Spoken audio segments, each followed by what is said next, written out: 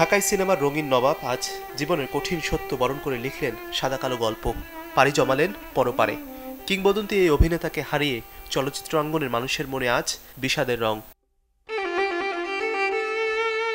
1971 সালে উচ্ছ্বাস আর আনন্দ নিয়ে যেখান থেকে শুরু করেছিলেন শেষবারের মতো সেই চিরচেনা আঙিনা বিএফডিসিতে এলেন এই কিংবদন্তি, তবে নিথর দেহে। রোববার দিবাগত রাতে না ফেরার দেশে পাড়ি জমানো এই অভিনেতাকে শেষ শ্রদ্ধা ও জানাজার জন্য সোমবার দুপুরে আনা হয় তার দীর্ঘদিনের কর্মস্থলে।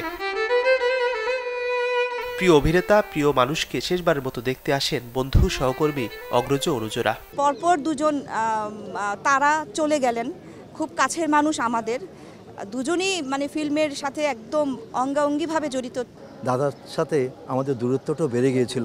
দাদা কথা বলতে পারতো না, দাদা শুনতো না, দাদা হুইল চেয়ারে চলতো। কে যাবে? আমরাও অনেক না, দাদা গেলে তো দাদাকে কথা বলেও দাদা উত্তর দিতে পারবে না, কথা শুনবে না। এই যে দূরত্বটা সৃষ্টি হয়ে গেল, সেই দূরত্বটা আজকে একেবারেই ছিন্ন হয়ে গেল। রাজা সাহেব থেকে আরম্ভ করে আমাদের যে ধরি, আজকে যদি আমাদের নীরবের কথাও বলি, সবচেয়ে ছোট এবং বড়, প্রত্যেকেই দাদাকে ভালোবাসে।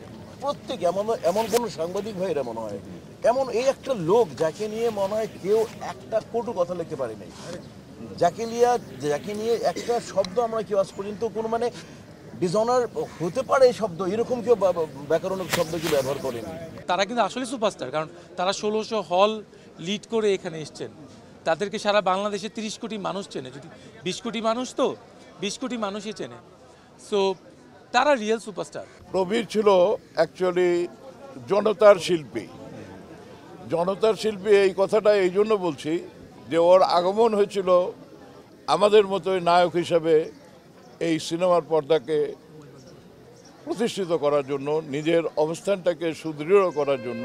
আর কোনোদিন হবেন না তিনি কোনো নায়কের বাবা, কিংবা গুরুত্বপূর্ণ চরিত্রে তার উপস্থিতি আর সিনেমার পর্দায় দেখতে পাবে না আগামীর প্রজন্ম। ফুসফুসের সংক্রমণ সহ বার্ধক্য জড়িত নানা অসুখে ভুগছিলেন 84 বছর বয়সী এই অভিনেতা। একটা আক্ষেপ যে বাবা নিজের থেকে চেয়েছিলেন যে উনি অভিনয় ফিরবেন, একদিন না একদিন ফিরবেন, কিন্তু সেটা আর হলো না। বিএফডিসিতে শ্রদ্ধা আর জানাজা শেষে চ্যানেল আই প্রাঙ্গণে অনুষ্ঠিত হয় প্রবীর মিত্রর দ্বিতীয় জানাজা। এরপর মরদেহ নিয়ে যাওয়া হয় আজিমপুর কবরস্থানে, সেখানে সমাহিত করা হয় তাকে।